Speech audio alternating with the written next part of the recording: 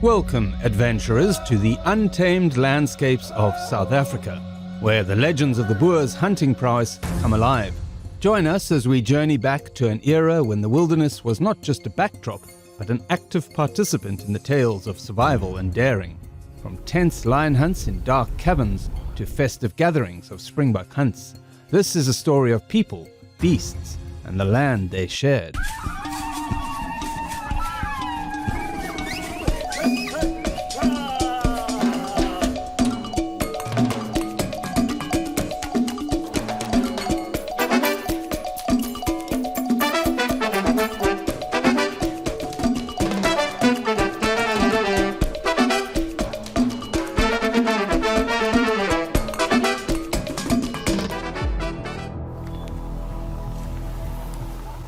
Chapter 1.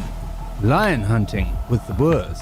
Imagine you're a modern hunter, decked out in the latest camo gear, armed with GPS and night vision goggles, and you find yourself time-warped back to the northern Transvaal at the turn of the 20th century.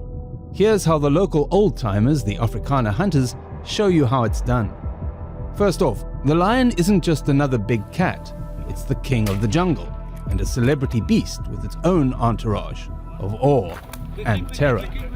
The Afrikaners, your new hunting buddies, are like walking lion encyclopedias. They know every growl, every purr, and what the big cat had for dinner last week. They treat lion hunting with the gravity of launching a space mission to Mars, but without any tech, just guts and guns. When a lion dares to snack on some local livestock, it's like a bell rings in the middle of town square. The most grizzled, chewed-up veterans gather, looking like a council of wizards, if wizards traded their staffs for rifles. They swear an oath. They vow to protect each other to the death. But there's also some fine print. I quote from the original source.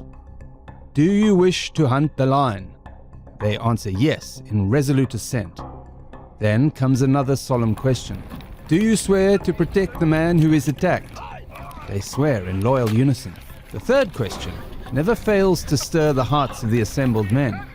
Do you swear to shoot the man who runs from the lion? What the actual? If you even think about running away, they'd sooner shoot you than let you flee in terror. Tracking the lion isn't a job for your shiny new GPS, no sir.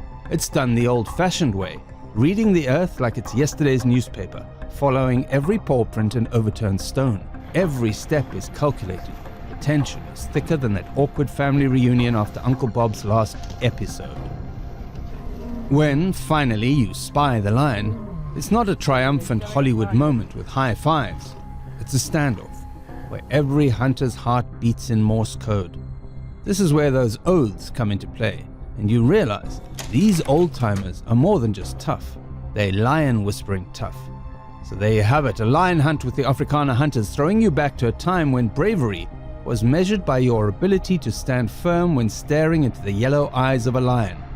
Forget about your high-tech gear, it's the ancient dance of hunter and hunted, and you're part of the troop now. Chapter 2. The Skutter Brothers' Lion's Den Adventures. Welcome to the dens of lions, with the Skutter Brothers, Jan and his fearless duo of siblings. Think of them as the lion hunting equivalent of a SWAT team. But instead of flashbangs and night vision, they're armed with candles. Kicking it old school. Yes, broad wick candles, like Happy Birthday Mr. Lion kind of candles. The Skutter farm is practically a lion's singles bar, with every lion for miles hanging out and causing trouble. When the livestock starts disappearing faster than socks in a laundry room, the brothers decide enough is enough. It's time for some extreme pest control. Their plan? Party crashing the lion's den with candles bright enough to make a fire marshal nervous. Imagine a dark, spooky cave, not much wider than your average city bus. There's a whole family of lions in there, just waiting for an excuse to add you to their bone collection. But not to worry, here come the Skutter brothers, creeping in like they're sneaking home late from a party. One brother takes point, candle in one hand, rifle in the other, ready to give these lions the worst wake-up call in history. As Jan Skutter confronts the lions huddled together and as startled as teenagers caught at a house party, he aims for the big daddy lion. The flash and a bang, it's lights out for the king of the jungle. Meanwhile, his brothers cover the exit, popping off shots like it's the 4th of July. Any lion that tries to run the gauntlet gets a lead farewell. And the cubs? Well, let's just say it's a tragic end to their rebellious phase. Over the course of a year, these trips to the lion's den became about as regular as mowing the lawn, and eventually the Skutter farm was lion-free. The brothers proved that sometimes all you need to solve your big cat problem is a little bit of wax, a lot of courage, and a family that knows how to throw a surprise party. Chapter 3. The Evolution of Lion Hunting. Gone are the days of creeping into caves with candles like a band of medieval dungeon raiders. Welcome to the era of breech loaders, where our Afrikaner hunters are upgrading their gear faster than a tech geek on launch day. The old muzzle loader, affectionately called the roer, is out. That bad boy required you to be close enough to smell the lion's breath, a thrilling but frankly less than ideal situation. Enter the breech loader, sleek, fast, and making lion hunting less of a suicide pact and more of a gentleman's sport. But wait, it's not all about firepower. These modern hunters, our intrepid Afrikaners, aren't just walking into the veld with their new toys. No, they're rolling in style with what's essentially a battle wagon. Imagine a cross between a food truck and a tank, but instead of serving tacos, it's serving up safety. This wagon is fortified with layers of quince laths and ancient mattresses, recycling at its finest. It's like bringing a mobile fortress to a gunfight, ensuring that our hunters can sip their morning coffee in peace, even with a lion sizing them up from the bushes. So there they are, ensconced in their DIY armored vehicle breech loaders at the ready. The hunt has transformed from a gritty survival test to a more calculated affair. With these new rifles, they can take a shot from a safer distance, making the whole process less about bravado and more about brains. It's like using a drone instead of a slingshot. Sure, the adrenaline rush of close combat is dialed down, but the odds of going home without becoming lion lunch are dramatically up. In this new age of lion hunting, our hunters are part tech savvy, part old school. It's a brave new world out there in the veld, and the lions hardly stand a chance. Chapter 4. Chasing the Elusive Leopard.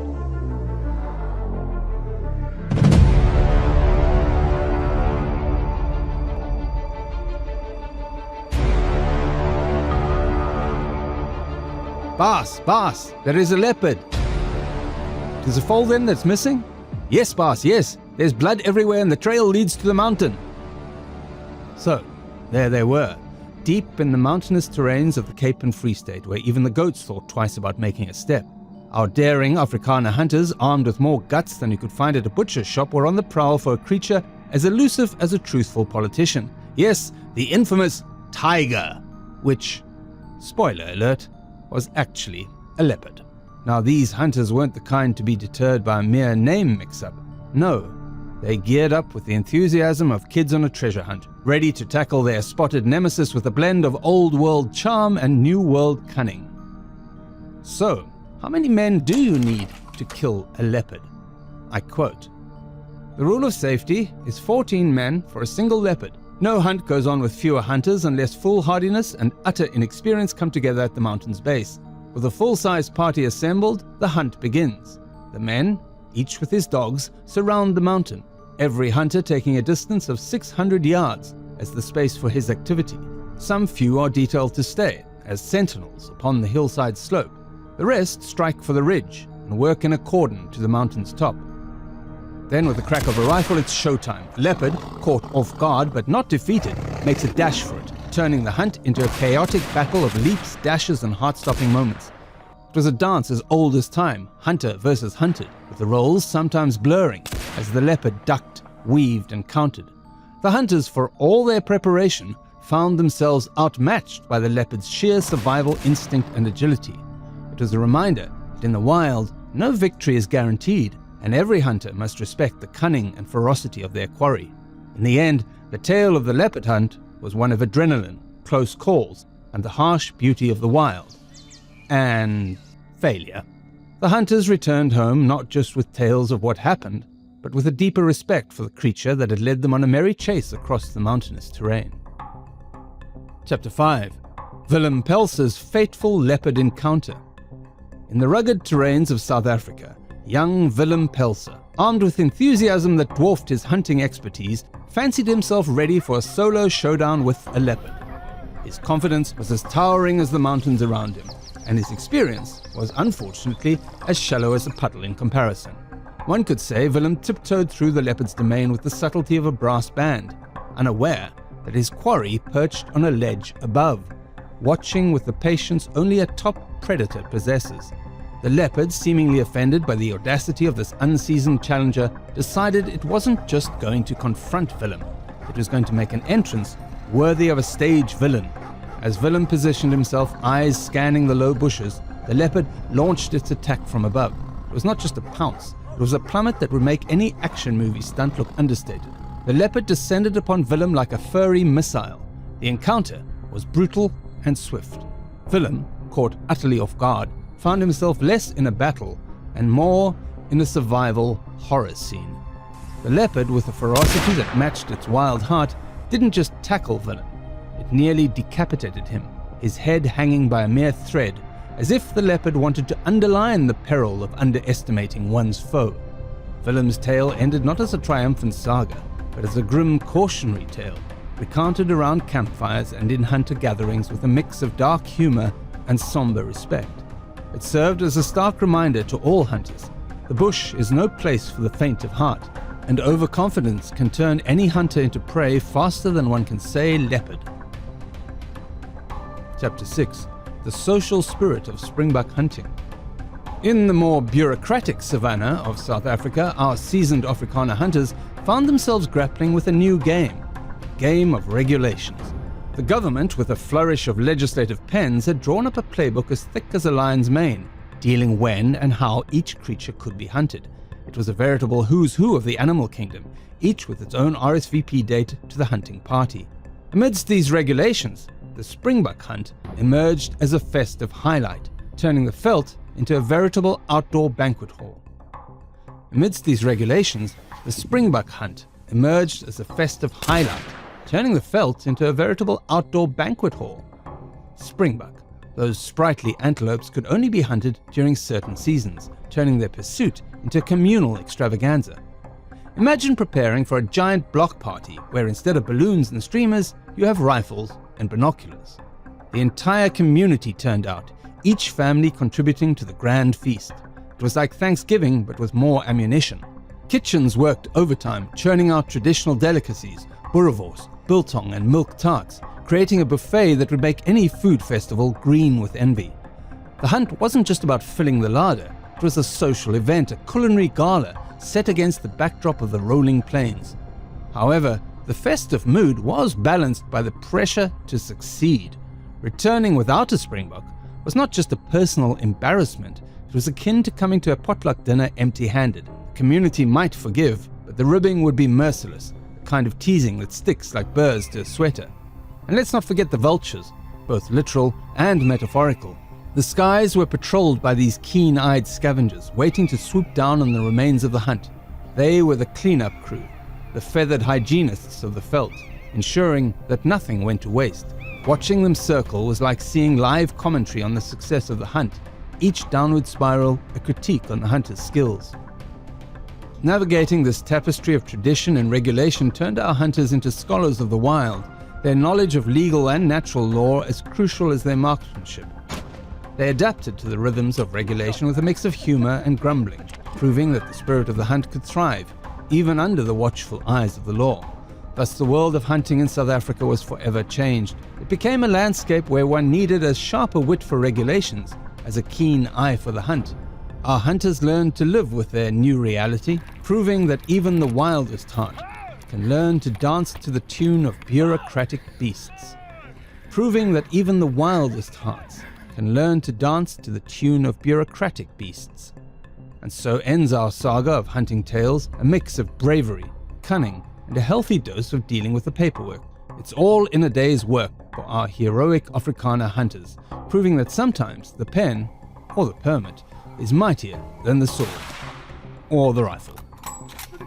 To stay up to date with more captivating stories from history and beyond, don't forget to subscribe to our channel and hit the notification bell so you never miss an episode. Join us as we unravel the mysteries of the past and forgotten tales of adventure.